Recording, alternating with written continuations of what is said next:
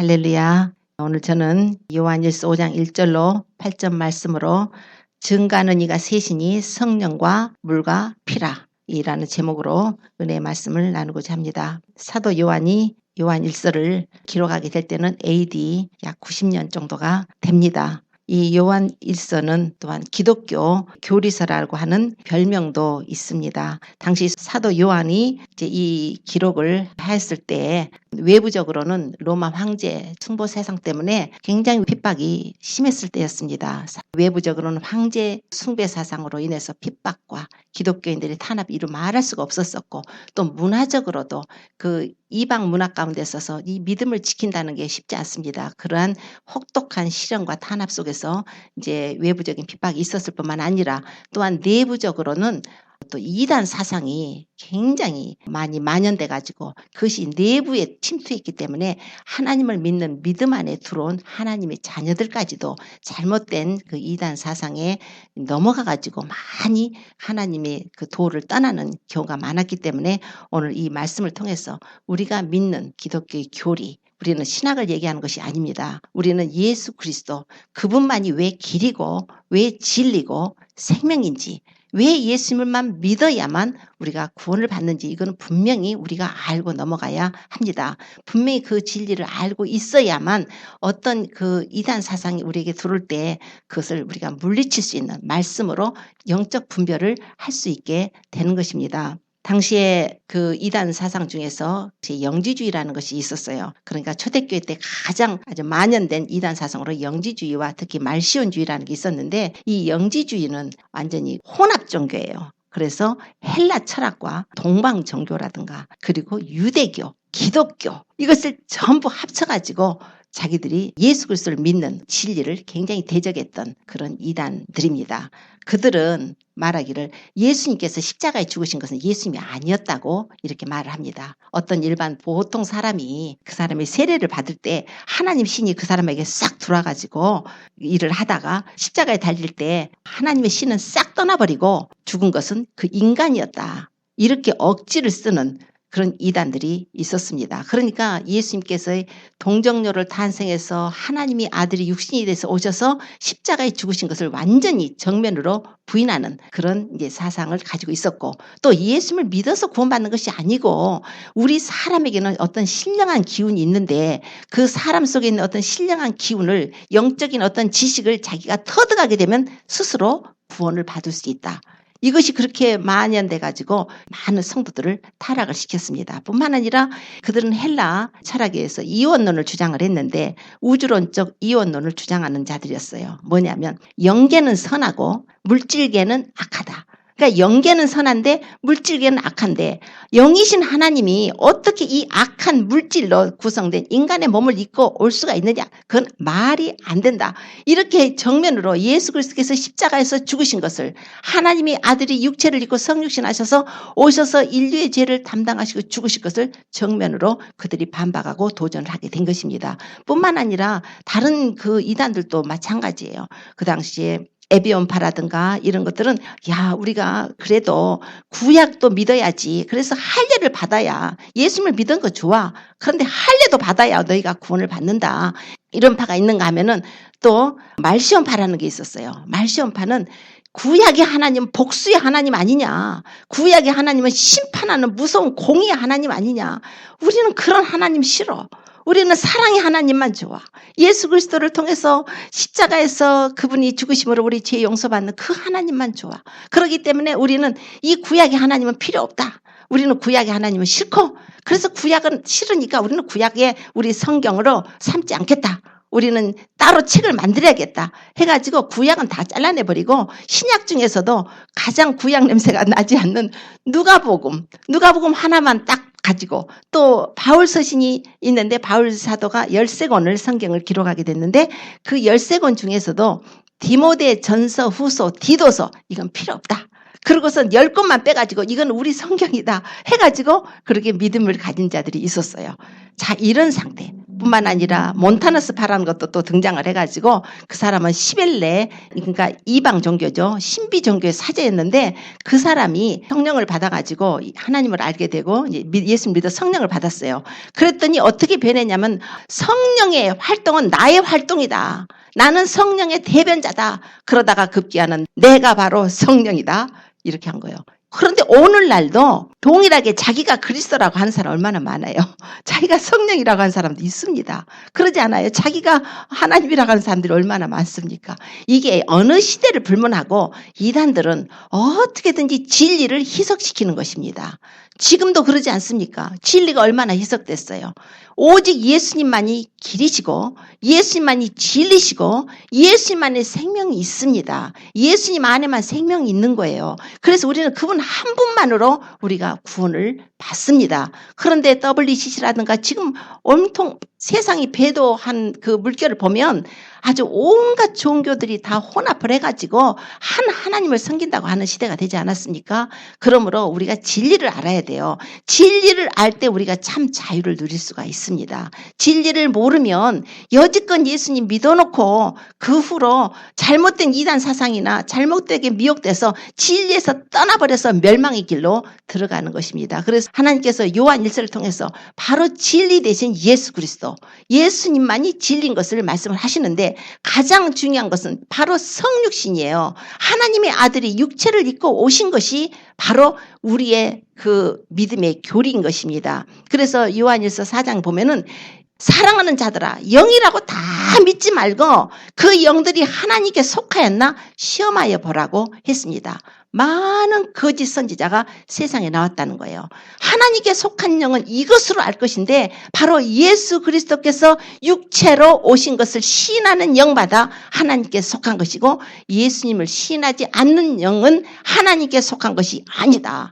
이것이 바로 적그리스도의 영이다. 이렇게 말씀을 해요. 지금 왜 그것이 그렇게 중요하냐면 예수님의 성육신이 굉장히 중요합니다. 우리 인간의 죄를 담당하시기 위해서는 반드시 누군가가 죄가 없는 인간이 죄가 없는 사람이 우리 죄를 담당을 해줘야 되는데 인간들은 아담의 후손들이기 때문에 이 땅에 사는 사람들은 모두가 다 죄인의 후손입니다. 죄의 혈통을 타고 왔고 죄가 유전돼 있어서 이 세상에 사는 사람 어느 한 사람도 죄에서 자유함이 없는 거예요. 죄의 종입니다. 죄로 인해서 심판을 받습니다. 그래서 땅에서 없기 때문에 하늘에 계신 하나님께서 오셔서 우리를 죄를 용서하시기 위해서 오셨는데 하나님이 오셔서 우리 죄인들을 용서하실 수 없으신 하나의 첫째 이유는 하나님은 영이셔요. 하나님은 영이시라고 그러지 않습니까? 그래서 육체가 없는데 육체가 없는 영은 우리 혈과 피가 있는 우리 육체를 대신 담당해서 죄사함을 얻을 수가 없기 때문에 하나님께서 하나님의 지혜로 하나님의 독생자를 육체를 있게 하기 위해서 이 세상에 보내주셨는데 만약 예수 그리스도께서 아담의 혈통을 따라서 누가 결혼해가지고 누가 왔다 그러면 그거는 죄의 혈통을 그대로 타기 때문에 죄가 유전되기 때문에 그 사람은 자격이 없습니다. 그래서 예수님이 오시긴 오셔야 되는데 예수님은 남자의 후손이 아니라 그 남자의 아담의 그 씨를 통해서 오신 것이 아니라 여자의 후손으로 오셔서 예수님이 완전한 사람이며 완전하신 하나님으로서 오셔서 우리 인간들을 대신 담당해서 그 죄를 담당해서 십자가에 그분이 대속을 피를 흘려주셔서 우리를 용서하시기 위해서 예수님이 오신 것이기 때문에 예수님께서 성육신 하신 것은 굉장한 하나님의 지혜시며 하나님의 비밀이시며 그것이 하나님의 비밀 무기예요. 인류를 구원하실 하나님의 비밀 병기 바로 예수 그리스도 예수님이 하나님이 육신이 돼서 오셨다는 사건이 너무 크기 때문에 사단은 이것을 자꾸 흐트러뜨리는 거예요. 예수님만이 길이 될 수밖에 없는 것은 그분만이 우리 죄를 담당하셔서 우리 죄를 그분에게만 나가야 예수님의 피가 뿌려지고 죄사함을 얻고 회개함으로써 믿음으로써 우리가 죄 용서받고 구원을 받는 그 길 오직 한 길이기 때문에 마귀는 할 수만 있으면 택한 자라도 미혹하려고 하기 때문에 온갖 이단 사상들이 지금 우리가 살고 있는 세상에도 여러 가지, 초대교회뿐만 아니라 지금 여러 가지로 옷만 받고 입고 나와서 이단 사상들이 우리 주변에 있고 교회 안으로 침투를 하고 있는 것입니다. 그래서 우리가 진리를 알아야 되는 것이, 진리가 바로 예수 그리스도라는 것을 알아야 되는 것이, 왜 그분이 십자가에서 오셔서 피 흘려서 죽으셔야만 우리가 구원을 받는 이것이 진리인지, 그래서 예수님께서 성육신 하신 것이 얼마나 중요한 것인지 우리는 그것을 강하게 알고 있어야 돼요. 우리는 예수님이 십자가에서 죽으신 사건, 예수님이 성육신 하신 사건, 동정녀를 통해서 오셨고, 예수님께서 동정녀의 그 태를 빌려서 성령으로 잉태돼서 이 세상에 오셨고, 육체로 오셨고, 그분은 골고다 언덕 십자가상에서 피 흘려서 죽으셨고, 무덤에 들어가셨다 3일 만에 부활하셨고, 그리고 그분은 승천하셔서 하나님 보좌 우편에 앉으셔서 우리의 대제사장으로 지금 우리를 위해서 기도하시는 거예요. 하나님은 한 분이시고 하나님과 사람 사이의 중보도 한 분이신데, 그 중보자는 바로 사람이신 그리스도 예수인 거예요. 오직 예수, 사람으로 오셨다가 올라가셔서 하나님 보좌 우편에 앉으신 하나님의 아들만이 우리를 위해서 중보자가 되어주시는 것입니다. 그래서 그분이 우리에게 성령을 보내셔서 우리에게 예수 그리스도를 믿도록 회개의 영도 부어주시고, 예수님을 믿는 믿음도 주시고, 성령으로 인으셔서 우리가 예수 그리스도로 말미암아서 구원 얻게 되는 놀라운 구원 사역을 베풀어 주신 것입니다. 그런데 이렇게 초대교회 때 이단들이 많아가지고 예수님이 육체로 오신 것을 부인하기 때문에, 지금 그런 초대교회뿐입니까? 지금도 예수 그리스도께서 육체로 오셔서 십자가에서 그분이 피 흘려서 우리를 용서해서 구원받는 그 믿음이 우리가 확실하다면 절대로 다른 타종교와 한 하나님이라는 그런 배교를 할 수가 없는 것입니다. 어떻게 동방종교와 어떻게 다른 종교들과 불교나 힌두교나 어떤 다른 타종교와 예수 그리스도 믿는 종교가 하나라고 할 수 있겠습니까? 그들이 믿는 하나님이 우리 하나님이라 할 수 있습니까? 그렇지 않아요. 우리가 믿는 하나님은 오직 아들 예수 그리스도를 통해서 그 피의 은혜로 우리가 하나님 앞에 갈 수 있는 은혜를 받아서 우리가 믿는 하나님입니다. 그래서 우리는 그 하나님을 믿는 거예요. 오늘 본문 말씀 요한 1서 5장에 예수 그리스도에 대해서 말씀을 해요. 그는 물과 피로 임하신 자라고 말씀을 합니다. 그는 물로만 아니요 물과 피로 임하신 자라는 거예요. 증가하시는 이는 성령이시라고 하셨고, 성령은 진리니라. 이 증가하는 이가 셋인데 성령과 물과 피가 증가하는 거예요. 이 셋이 하나이라. 놀라운 비밀의 말씀이 이곳에 있습니다. 사도 요한이 이 말씀을 기록하면서 얼마나 안타까워요. 우리 요한일서 1장에 태초부터 있는 생명의 말씀에 관하여는 우리가 들은 바여 눈으로 본 바여 주목하고 우리 손으로 만진 바라 이 생명이 나타나신 바 된지라. 이 영원한 생명을 우리가 보았고 또 증거하여 너희에게 전하노니 이는 아버지와 함께 계셨다가 우리에게 나타나신 바 된 자니라. 태초부터 있는 생명의 말씀이라고 예수님을 선포하는 거예요. 태초요. 태초는 어디입니까? 우리 성경책 제일 첫 장에 가보면 창세기에 태초에 하나님이 천지를 창조하시니라. 태초부터 계신 그분. 땅이 혼돈하고 공허하고 흑암이 깊음이 있을 때, 하나님의 신이 수면에 운행하고 있을 때, 하나님이 말씀하시기를 빛이 있으라 했을 때 그 빛이 있었다는 그 말씀이신 예수 그리스도, 그분이 바로 태초부터 계신 생명의 말씀이라고 말씀을 하고 있는 것이에요. 우리 예수님은 창조주십니다. 그래서 요한복음 1장에 또 가면 이런 말씀이 있어요. 요한복음 1장에 태초에 말씀이 계시니라. 지금 요한 1세도 나오고 요한복음에도 나오고 창세기에도 태초라는 말이 나오죠. 태초에 말씀이 계시니라. 이 말씀이 하나님과 함께 계셨으니 이 말씀은 곧 하나님이시니라. 그가 태초에 하나님과 함께 계셨고 만물이 그로 말미암아 지은 바 되었으니 지은 것이 하나도 그가 없이는 된 것이 없느니라. 그 안에 생명이 있었으니 이 생명은 사람들의 빛이라. 예수님 안에 생명이 있었다는 거예요. 참빛, 그 세상에 와서 각 사람에게 비치는 빛이 있었는데 그 빛이 비쳤어도 사람들은 그 빛을 알지 못하는 거예요. 그 빛이 있었을 때 하나님의 아들로 그걸 받아들이지 못하고 자기 땅에 오매 자기 백성이 영접지 아니하였으나 영접하는 자, 곧 그 이름을 믿는 자들이 하나님의 자녀가 되는 권세를 주셨다. 주님이 그렇게 말씀해요. 우리 주님께서 말씀이 육신이 돼서 이 세상에 오신 분입니다. 말씀이 육신이 돼서 우리 가운데 거하시니 우리가 그의 영광을 보니 아버지의 독생자의 영광이요 은혜와 진리가 충만하더라. 이게 굉장히 신비한 말씀이에요. 사도 요한만큼 이렇게 하나님에 대해서 이렇게 아름답게 하나님의 그 놀라운 그 신성을 표현할 수가 없어요. 태초에 말씀이 계시니라. 어떤 설교자가 이런 설교를 할 수가 있습니까? 태초에 말씀이 계시라. 이 영원한 생명을 우리가 보았다는 거예요. 영원한 생명. 그분 안에 생명이 있어요. 예수님만이 생명이시라는 거예요. 그래서 예수님이 내가 생명이다 그래요. 우리 인류에게 생명을 주실 수 있는 분은 바로 예수 그리스도밖에 없습니다. 그분은 생명 자체예요. 그분 안에 생명이 있어요.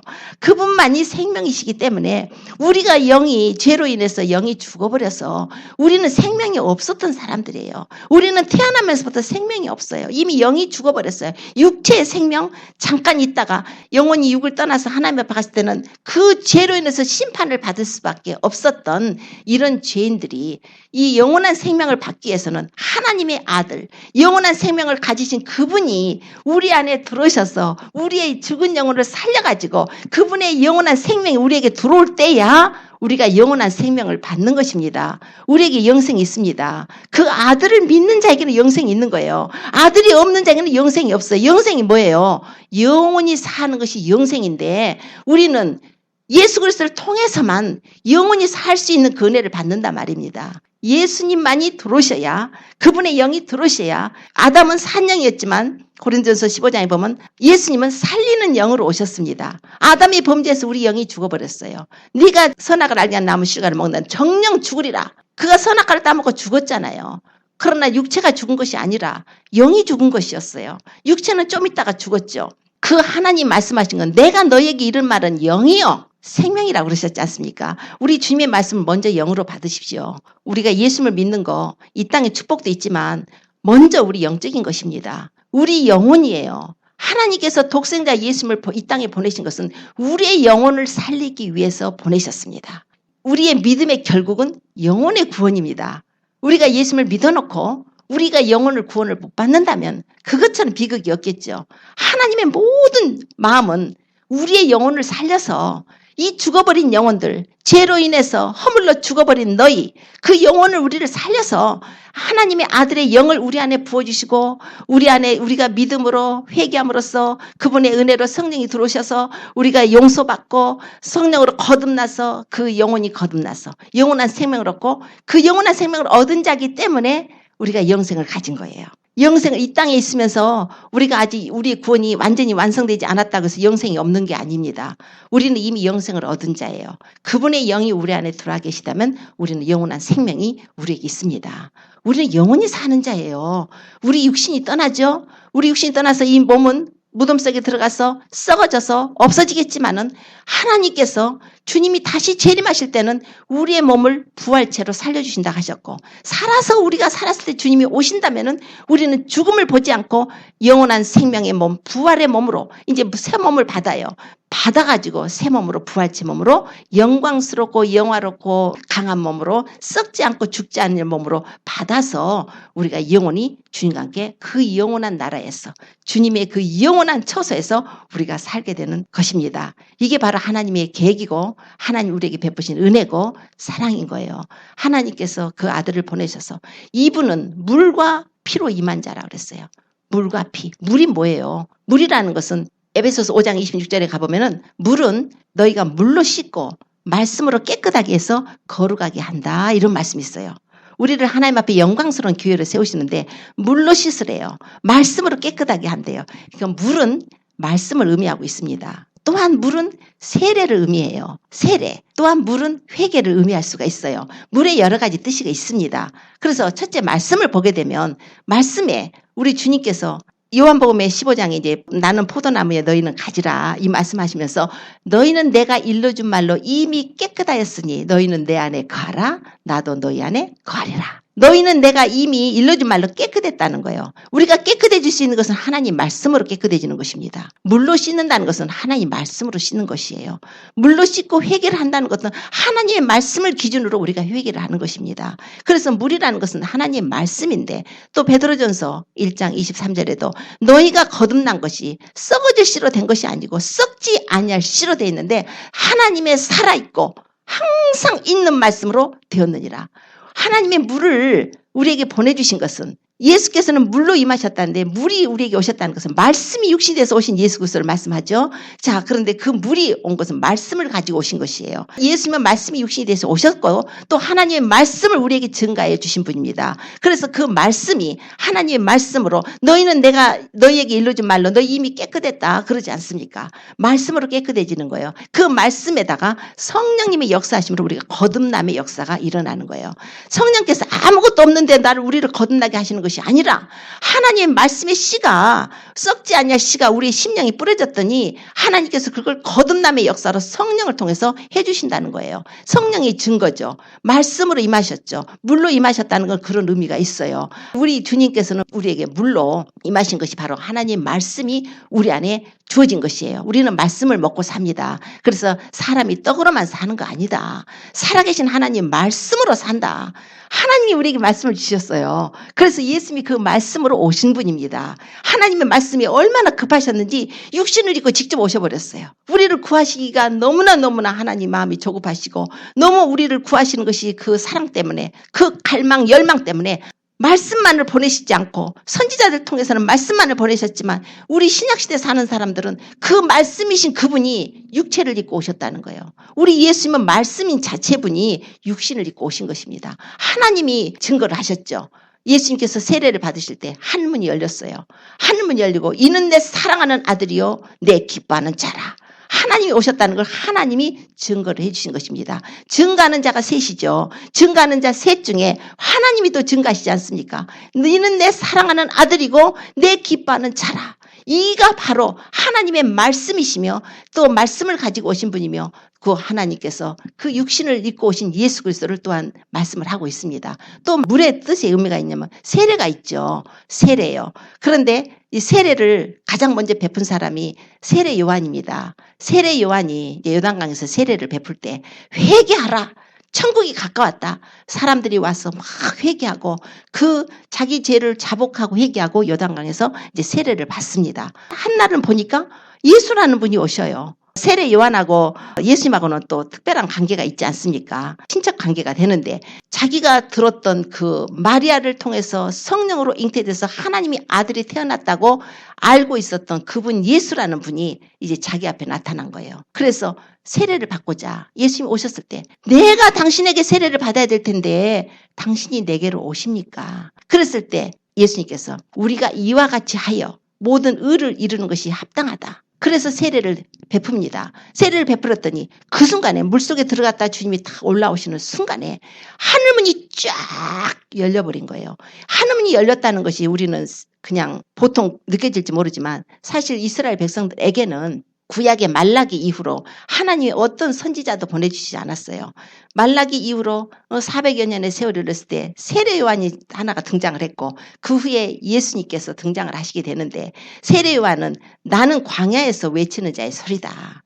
나는 엘리야도 아니고 나는 그리스도도 아니고 내 뒤에 오시는 이가 있는데 그분은 능력이 많으셔서 나는 그분의 신들 자격조차 없다. 그분은 나보다 먼저 계신 자다. 나는 너희를 회개케 하기 위해서 물로 세례를 주지만 이분은 성령과 불로서 너희에게 세례를 베푸시는 분이다. 그럴 때 그분이 오셔가지고 쫙 했을 때 하늘이 열리고 이는 내 사랑하는 아들이요 내 기뻐하는 자를 하실 때 하늘에서 누가 내려왔어요? 성령님이 내려오신 것이에요.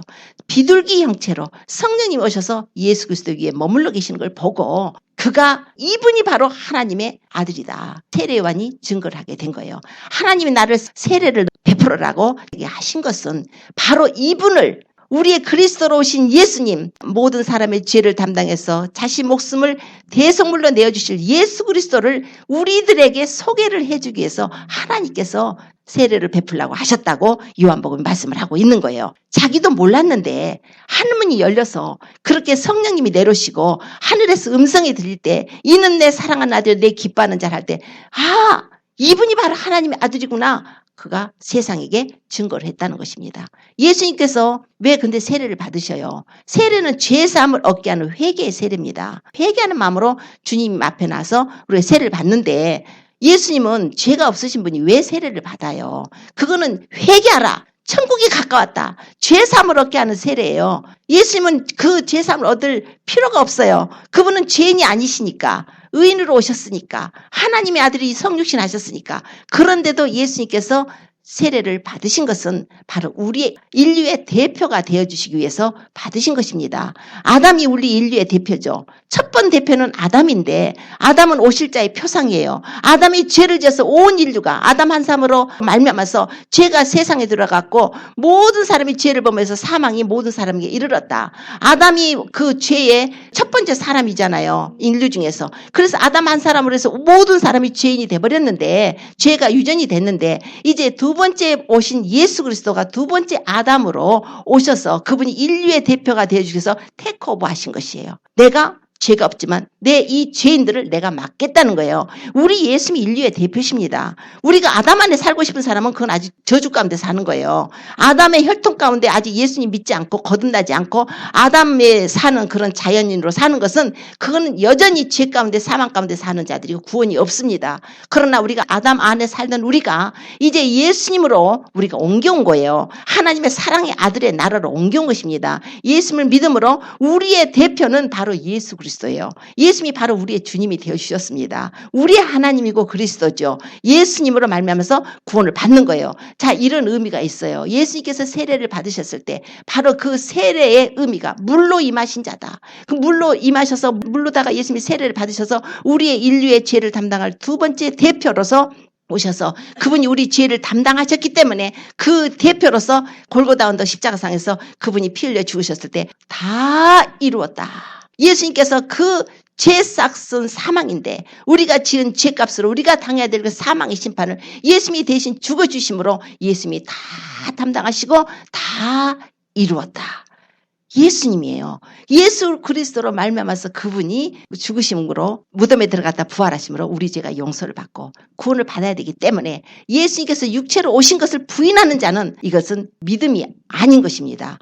우리가 믿는 것은 그분이 육체로 오셔서 내가 죽어야 될 그 자리에 예수님이 대신 죄를 담당하시고 죽으시고, 그래서 우리 죄값을 예수님이 청산해 주셨다는 걸 믿는 것입니다. 그래서 세례라는 것은 무릇 그리스도 예수 합하여 세례를 받은 우리는 그리스도와 합하여 죽은 것을 알지 못하느냐 그래요. 우리가 세례를 받는다는 의미는 예수님과 합해서 죽었다는 거예요. 예수님께서는 골고다 언덕에서 우리 죄를 담당해 죽으셨지만 사실 우리의 죄로 인해서 죽으셔서 우리의 죄가 그 속에 있어요. 주님이 맡으셔버린 거예요. 그래서 우리는 그걸 믿음으로 우리가 세례를 받음으로 물속에 들어갈 때 주님, 제가 죽었습니다. 옛사람 제가 주님과 함께 죽었습니다. 그래서 주님과 함께 장사 지냈다는 거예요.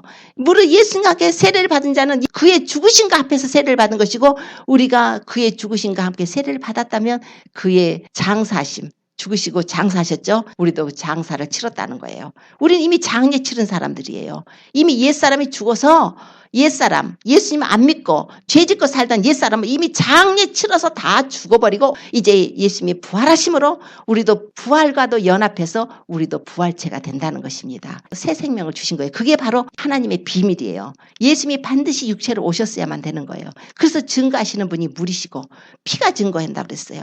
피는 뭐예요? 예수 그리스도의 피 아닙니까? 예수님께서 육신을 입고 오셔서 우리같이 피와 살이 있는 육신을 입고 오셔서 너희들이 다 이것을 받아 마시라 포도주를 주시면서 6월절 날 우리 주님이 잡혀서 죽으셨는데 그 6월절 그 전날 밤에 예식을 하시면서 너희가 이것을 다 받아 마시라. 이것은 많은 사람을 위하여 흘리는 바 나의 피, 곧 언약의 피라. 예수님께서 우리의 죄를 담당하시고 그분이 십자가에 올라가서 죽으신 것은 그분의 죄가 아니고 우리 죄를 담당하신 건데 그분이 그 피를 흘려야만 우리가 죄를 용서를 받습니다. 레위기 17장 11절에 보면은 육체의 생명은 피에 있다고 그랬어요. 사람이 피를 많이 흘리면 죽죠.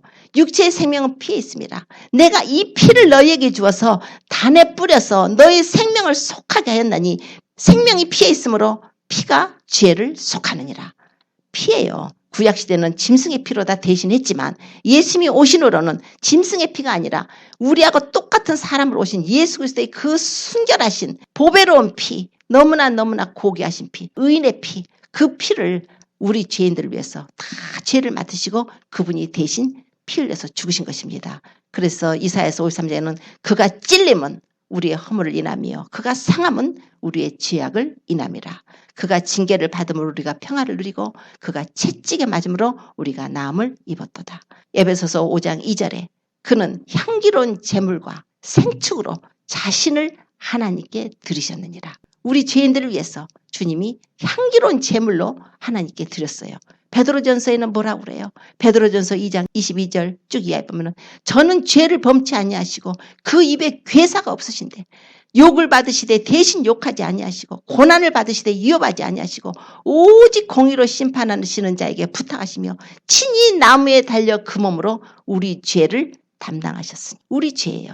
예수님께서 그 죄를 담당하시려고 자녀들은 혈육에 함께 속하였음에 예수님께서도 혈육에 함께 속하셨다고 히브리서 2장 14절에 말씀을 해요. 우리가 혈육이 있기 때문에 피와 살이 있기 때문에 우리를 구원하시기 위해서 예수님께서도 피와 살이 있는 혈육에 함께 속하시기 위해서 육신으로 오셨다는 것입니다. 초대교회 때 그 이단들이 예수님께서 진짜 죽지 않으셨다. 하나님이 어떻게 죽으실 수 있느냐 모르니까 그러죠. 그러니까 이단 사설이 나오는 거예요. 그러나 사도 요한은 이야 생명의 말씀 나는 들었어. 내가 보았어. 내가 주목하고 봤어. 그분을 내가 만졌어. 3년 반 동안을 동고동락하면서 이 생명의 말씀 그 영원한 생명을 우리가 보았고 너에게 증거하는데 이분은 아버지와 함께 계셨다가 이제 우리와 함께 한 자라는 거예요. 성부 하나님과 함께 계셨던 그분이 성자 되신 예수님이 우리를 구하시기 위해서 영광의 보좌를 버리시고 이 땅에 육신을 입고 오셨다는 것을 놀라운 비밀을 지금 선포하고 있습니다. 그러면서 물과 피로 임하신 자인데 증거하는 이가 있어. 바로 성령이야. 예수 믿음으로 우리가 성령을 받습니다. 성령이 아니면은 예수님을 주님이라고 신할 자가 없다고 고린도전서 12장 3절에 말씀을 해요. 그럼 우리가 예수님을 참 믿음으로 진실한 마음으로 예수님이 그리스도인 걸 믿고 우리 주님이라는 걸 믿고 우리가 제사를 받아는 반드시 우리 안에 성령이 계신 것입니다. 성령이 아니면 아무도 예수님을 주라고 시인할 수가 없어요. 성령님은 진리의 영입니다. 예수님께서 요한복음 14장 16절 이렇게 말씀하셔요. 내가 아버지께 구하겠다. 내가 아버지께 구하겠으니 그가 또 다른 보혜사를 너희에게 주셔서 너희와 영원토록 함께 있게 하시겠다 그랬어요. 또 다른 보혜사. 예수님도 우리를 도우시는 분으로 오셨죠. 보혜사죠. 또 다른 보혜사. 보혜사 성령님이 오신 것입니다. 그분은 진리의 영이라. 세상은 저를 받지 못하다니. 세상은 저를 보지도 못하고 알지도 못하는데 그러나 너희는 안다. 왜냐하면 그 보혜사 성령님은 너희와 함께 계시겠고 너희 속에 거하시는 분이라고 말씀을 합니다. 요한복음의 15장 26절에 또 말씀해요. 아버지께로서 나오시는 진리의 성령이 오셔서 누구를 증거하냐면 예수님을 증거한다는 것이에요. 성령님이 오셔서 하는 일은 예수님이 증거예요. 우리가 예수님을 믿을 수 있도록 또 죄에 대해서 의에 대해서 심판에 대해서 우리 안에 들어오셔서 책망도 하시기도 하고 우리를 진리 가운데로 인도하셔서 모든 책망과 이런 것들은 우리를 진리로 인도하시기 위해서 그래요. 우리가 올바르게 신앙생활을 하고 올바르게 그분을 믿고 올바르게 그분을 사랑하고 그렇게 하는 삶을 통해서 우리가 구원을 받도록 성령께서 오셔서 우리를 진리로 인도하시는 것입니다. 성령께서 우리에게 오셔서 인을 치지 않습니까? 성령이 오시지 않으면 우리에게 인을 칠 수가 없어요. 성령이 오셔야만 우리에게 영의 눈을 밝히셔서 우리가 예수님을 주님으로 알게 됩니다. 성령이 오셔서 우리를 인을 쳐서 하나님의 자녀라고 해주시는 것이에요. 성령이 아니 계셨더라면 지금으로부터 2000년 전에 그 팔레스타인에 있었던 예수라는 분이 십자가에 죽으신 사건이 성령이 안 계시다면 지금 우리에게까지 전달되겠습니까? 다 지나간 옛날 이야기 돼버리죠. 성령님이 계시기 때문에 지금도 예수 그리스도는 어제나 오늘나 영원토록 동일하시도록 성령의 역사를 우리가 알고 있는 것입니다. 2000년 전에 돌아가셨어도 2000년 전에 부활하셨어도 그 죽으심과 부활이 지금 현재 우리 안에서 일어나고 있는 거예요. 살아계시니까 동일하신 하나님이시니까 우리 외로도 앞으로 믿을 사람들에게도 동일하게 이루어지고 있는 것이에요. 하나님 아들을 육신을 입고 오셔서 우리 죄를 담당해서 십자가에 죽게 하시고 우리 용서하는 그거를 자꾸 희석시켜서 예수님만이 길일 수밖에 없잖아요. 이걸 보면 예수님이 아니면 아버지께로 갈 자가 없다고 그랬어요. 예수님이 내가 길이고 진리고 생명이다. 나로 말미암은 자는 아버지께로 갈 자가 없다고 그러셨어요. 세상에 구원받을 만한 다른 이름을 또 주신 적이 없다고 하셨습니다. 우리는 그 진리를 믿는 거예요. 우리 예수님 많이 진리인 거예요. 그분은 우리에게 그분의 생명을 주시려고 그분이 십자가에 고난받고 죽으셨습니다. 하나님의 그 아들이 그렇게 순종하는 것에 너무너무 기뻐하시죠. 그래서 하나님의 영으로 예수님을 살려주셔서 오셔서 우리 예수님께서 살으셔서 이제 하나님 보좌 우편에서 만왕의 왕 만주의 주로 하늘에 있는 자 땅에 있는 자 땅 아래에 있는 모든 자들로 예수 이름에 무릎을 꿇게 해버리고 모든 입으로 예수를 주라 신해서 하나님께 영광을 돌리게 하신 것입니다. 우리 예수님을 믿는 자들만 하나님께 영광 돌리는 게 아니에요. 믿지 않는 자들도 하나님께 영광을 돌립니다.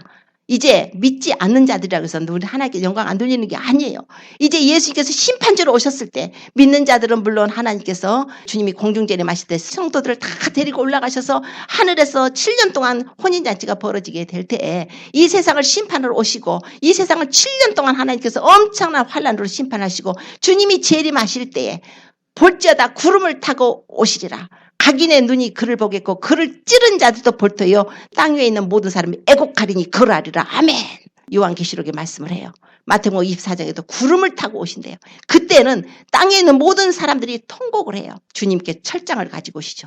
만국을 다스리는 권사로 철장으로 믿지 않는 자들 무릎을 깨뜨릴 것입니다. 전부 무릎을 꿇을 수밖에 없어요. 하나님 만왕의 왕 만주의 주 앞에 무릎을 꿇지 않을 자가 누가 있습니까? 모든 무릎을 예수 이름에 꿇게 하시고 모든 입으로 예수를 주라 신하게 하셔서 하나님께 영광을 돌리게 하시는 것입니다. 우리 주님은 영광을 받으실 분 하나님이십니다. 우리 예수님은 참 하나님이고 영생이십니다. 그 증거를 오늘 해주시는 것이에요. 그 증거가 우리 안에 있습니다. 하나님께서는 그 증거, 우리가 예수님을 믿는다면 반드시 우리가 그 증거가 있어요. 그 증거가 뭐냐면 바로 물이 증거예요. 하나님 말씀이 우리 안에 들어와 계십니다. 피가 증거예요. 예수님의 피가 우리 안에 들어와 있어요. 그 다음에 성령님이 증거하십니다. 그래서 그 하나님의 아들을 믿는 자는 그 하나님의 증거가 있어요. 사람의 증거도 효력을 발생하는데 하나님이 증거하시는 것이에요. 하나님이 증거하는 그 증거를 믿지 못하는 자는 그들은 하나님으로부터 떨어진 자들이에요. 하나님을 거짓말하는 자로 만드는 자들입니다. 우리는 그 증거가 우리 안에 있어요. 그 증거가 있는 자들에게는 우리에게 영원한 생명이 있다는 것입니다. 우리는 영생이 있습니다. 그래서 아들이 있는 자에게는 생명이 있고 아들이 없는 자에는 생명이 없다고 그러셨어요. 그래서 요한복음 6장에 또 말씀을 하죠. 누구든 인자의 살을 먹지 않고 인자의 피를 마시지 않으면 너희 안에 생명이 없느니라. 내 살을 먹고 내 피를 마시는 자는 영생을 가졌고 마지막 날에 내가 그를 다시 살리니 내 살은 참된 양식이요 내 피는 참된 음료로다. 내 살을 먹고 내 피를 마시는 자는 내 안에 거하고 나도 저 안에 거하느니 살아계신 아버지께서 나를 보내심에 내가 아버지로 인해 사는 것 같이 내 살을 먹는 그 사람도 나로 인하여 살리라. 오늘 우리가 주님으로 인해 살고 있습니까? 우리 안에 성령님이 들어와 계십니까? 우리는 증거를 받은 자입니다. 세상의 증거가 아니에요. 하나님이 증거를 해주십니다. 내 안에 성령이 계신 걸 믿으십시오. 내가 진실로 주님을 사랑하는 자라면 나를 사랑하는 자, 나의 계명을 지키는 자라고 또한 말씀을 하셨습니다. 하나님을 사랑하는 것은 이것이니 나의 계명을 지키는 것이라고 오늘 요한일서 5장의 말씀을 계속적으로 하셔요. 하나님의 계명은 무거운 것이 아니라 하나님의 계명은 무엇이냐면 하나님을 사랑하는 것입니다. 마음을 다하고 힘을 다하고 뜻을 다하고 성품을 다해서 그분을 사랑하는 것입니다. 그리고 또한 내 이웃도 네 몸과 같이 사랑하시 하나님의 뜻이십니다. 우리가 지금 마지막 때를 살아가고 있고 이제 주님이 재림이 애니데이 주님의 휴거는 진짜 어느 날 일어날지 모르는 이런 시점에 살고 있습니다. 정치적으로 경제적으로 종교적으로 또 하늘의 징조까지 모든 것을 통해서 모든 재난과 하늘의 징조 이런 사인들을 통해서 지금은 믿지 않는 자들까지도 야 이거 세상 끝났구나. 세상 끝날이 다가온다는 믿지 않는 자들까지도 느끼고 땅굴 파고 들어가요. 오래 살아보겠다고. 자기들 좀 부자들 돈 많은 사람들 거기 들어가 살겠다고 다 준비해놓고 있어요. 지금 그게 다 현실로 돼 있어요. 믿지 않는 자들도 지금 마지막 때가 가깝다는 걸 압니다. 그러면 우리는 믿는 자예요. 하나님의 증거를 받은 자입니다. 우리 안에 예수님의 물 증거하시는 분이 물로 피로 임하신 분 하나님 말씀이 물이시며 말씀이 육신이 돼서 오신 예수 그리스도 그리고 그 물과 피로 임하셨고 성령의 증거가 우리 안에 있습니다. 이 셋이 합하여 하나라는 것은 또한 성부와 성자 성령을 말씀을 하는데 삼위일체 하나님의 사역으로 우리가 이렇게 구원을 받는 은혜를 받은 것입니다. 하나님께서 하늘문을 열으셔서 이는 내 사랑하는 아들이고 내 기뻐하는 자라. 예수님께서 물에서 올라오실 때 그런 말씀도 하셨어요. 예수님의 피가 우리 안에 들어와 있습니다. 말씀도 들어와 있어요. 성령님이 들어와 계십니다. 우리가 보통 사람 아닙니다. 우리는 보통 사람이 아니에요. 하나님의 사랑하심을 입은 자들이에요. 택하심을 받은 자들이에요. 예수 그리스도의 핏부림을 얻으려고 하나님의 택하심을 받은 자들이니까 자기 자신을 낮추지 마십시오.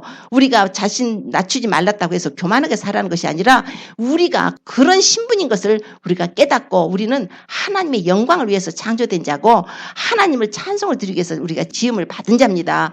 이런 별거 아닌 그 세상 거 없어져 버릴 거 쓰레기 같은 거 더러운 것에 우리가 마음 쓸 것이 아니에요. 우리는 고고하게 하나님의 왕의 자녀로서 우리가 살아가야 됩니다. 그분의 영광을 위해 살아가야 됩니다. 우리 이제는 우리가 정말 깨야 됩니다. 신앙도 깨야 되죠. 잠들면 안 되죠. 미지근한 건 두 마음을 푼 자라고 그러셨어요. 주님이 그냥 토할 수도 없고 내칠 수도 없고 토해버리신대요. 미지근하면 차지도 않고 덥지도 않냐. 한 발은 세상에 두고 한 발은 하나님 앞에 두고 그건 믿는 자라고 인정을 안 하신답니다. 그러므로 우리가 지혜가 있는 자라면은 지금 이 때가 가까우면은 우리가 결승점 골인에 들어가는 거예요. 지금 골인 지점이 거의 당겨서 지금 왔기 때문에 이제는 살살 걸어왔다면 이제는 더 힘을 내시고 더 달리고 마지막에 결승점 들어갈 때 죽을 힘을 향해서 사력을 다해서 들어가는 결승점 골인 지점 우리 눈앞에 와 있는 것입니다.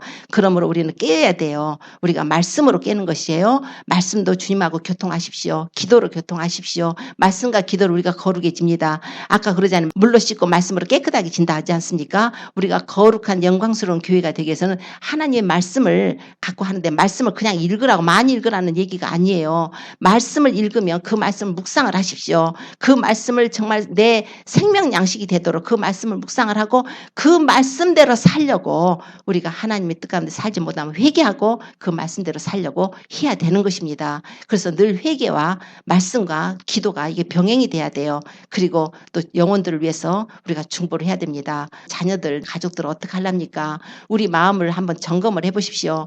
우리 마음에 우리 자녀들, 우리 주변에 있는 사람들 다 옆에 주님 오시면 올라갈 것 같습니까? 그렇게 마음이 뜨겁습니까? 우리는 정말 눈물로 하나님께 그들의 영혼을 위해서도 회개해주고 그들의 영혼을 위해서 기도를 해야 됩니다. 이웃들까지도 나라와 국가까지도 세상이 이게 엉망진창이지 않아요. 지금 하나님의 교회들이 잠을 자고 있는데 영적 잠 정도가 아니라 동면을 해요. 겨울잠 자는 개구리 마냥 동면을 해요. 겨울잠 자는 짐승들 알죠? 동물들 아주 그냥 푹 자는 것 마냥 왜 이렇게 교회들이 이렇게 됩니까? 하나님은 지금 마음 아파서 너무나 안타깝게 울고 계시죠. 그러나 하나님의 기대는 우리에게 있습니다. 우리 한 사람 한 사람이 하나님께서 한 사람이 천을 쫓고 두 사람이 만을 쫓는다 하셨어요. 그렇게 할 수가 있다는 기도로서 기도의 용사로서 하나님께서 우리가 그런 기도로 우리가 전력을 하기를 원하십니다. 기도 많이 하십시오. 중보기도 많이 하시고 그리고 주변에 믿지 않는 자들에게 전하십시오. 그리고 갑자기 어느 때 주님 오시고 나면 교회가 들림받고 나면은 이 세상 바뀝니다. 그러면 세상의 모든 시스템이 바뀌어요. 그때는 이 사람 몸에 이 칩을 심는 세상으로 바뀝니다. 그때 예수님을 믿었어도 믿는 자라도 많이 남겨진다면 만약에 이 내용을 복음을 안 듣고 몰라서 지금 베리칩이 상징이라고 받아도 된다. 회개하면 된다. 별의별 소리가 다 나오고 미혹하는 것입니다. 특히 자녀들 또 주변의 형제 자매들 전하십시오. 일표가 나오게 되면 절대로 몸에다가 그거 받지 말고 그때라도 믿음 지키고 죽으면 순교로서 죽으면 그때 영원히 구원받아서 우리가 하늘나라로 올라와서 어린 양 혼인잔 참여하고 구원을 받을 수 있으니까 그걸 꼭 전하십시오. 그리고 우상 숭배하지 않도록 그래서 우리가 세상 사랑하고 간음하는 여자처럼 살지 않게 오직 하나님만 중심주의로 사십시오. 예수님께서 어떠한 사랑을 우리에게 하나님이 정말 베풀어 주셨습니까? 그걸 안다면 우리가 죄송하죠. 이렇게 사는 게 너무나 부족하고 너무나 연약한 무릎으로 그냥 피곤해하면서 사는 모습이 너무나 부끄럽지 않아요? 우리가 이제 점점 세상이 어느 날일지 몰라요. 지금 휴거는 언제 일어날지 모르는 거예요. 그러나 휴거가 일어나고 난 후에는 교회의 영광이죠. 일어나고 난 후에는 이 땅에 7년 환란이 있고 7년 후에는 이 세상이 끝이 납니다. 예수님이 오셔서 테이크오버 하십니다. 세상 접수하시고 그때 심판이 이루어지고 7년 환란 동안에 그 엄청난 환란 속에 그때 구원받지 않으면 영원히 멸망으로 떨어집니다. 그래서 휴거될 자들로 준비될 수 있도록 제가 이렇게 말씀을 드리고 만약에 남게 되더라도 누가 남을지는 다 모르는 거예요. 그래서 모르니까 나는 갈 거야. 그런 자신감 갖지 마십시오. 항상 마음을 낮추십시오. 저부터서 낮추기를 원하고 제가 기도하고 합니다. 항상 그래요. 우리는 아무도 자신할 사람이 없는 거예요. 주님의 은혜이기 때문에 그 은혜에서 떨어진 자가 되지 않도록 우리가 삶 속에서도 항상 주님 붙들고 믿음으로 살고 정말 끝까지 하나님께만 영광 돌리고 많은 사람들 용서하십시오. 만약에 또 서로 간에 사이 안 좋은 분들 용서하시고 화평하고 거룩함을 추구하고 죄를 멀리하고 우리가 이렇게 살아야 됩니다. 그래서 그리스도의 신부로 단장해서 그날에 주님의 영광에 영광스러운 혼인잔치에 들어가는 저와 우리 모든 성도님 되시기를 예수님으로 축원합니다. 기도드리겠습니다.